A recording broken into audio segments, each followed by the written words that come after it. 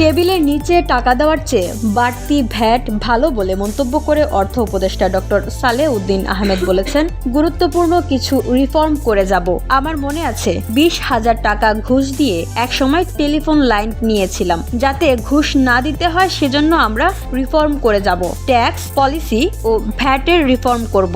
ভ্যাটের বিষয়ে অনেকে অনেক কথা বলছে, আমরা কিন্তু রিফর্ম করব।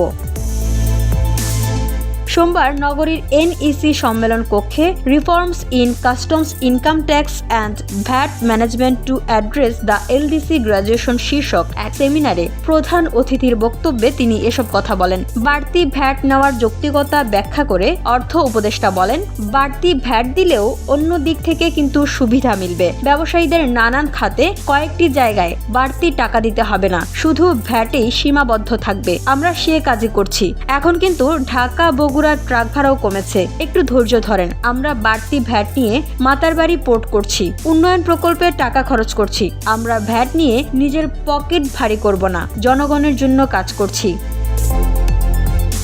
VOD Bangla news desk.